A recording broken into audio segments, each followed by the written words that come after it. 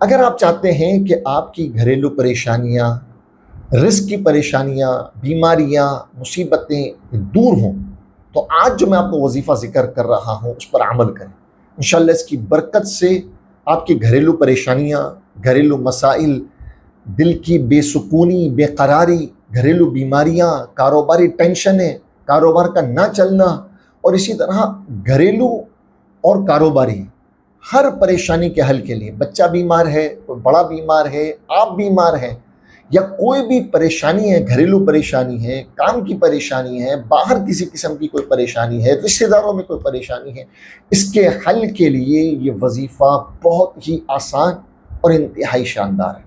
اور صرف 7 دن اس وظیفے پر عمل کرنا، اور ہر نماز کے بعد 112 مرتبہ اللہ تعالیٰ کے یہ 4 مبارک نام پڑھنے۔ یاد رکھیے اللہ تعالیٰ کے ناموں میں بے انتہا برکت، بے حد برکت۔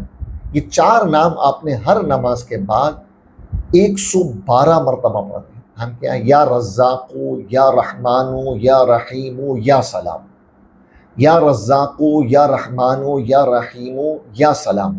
یہ ہم نے ہر نماز کے بعد 112 مرتبہ پڑھنا۔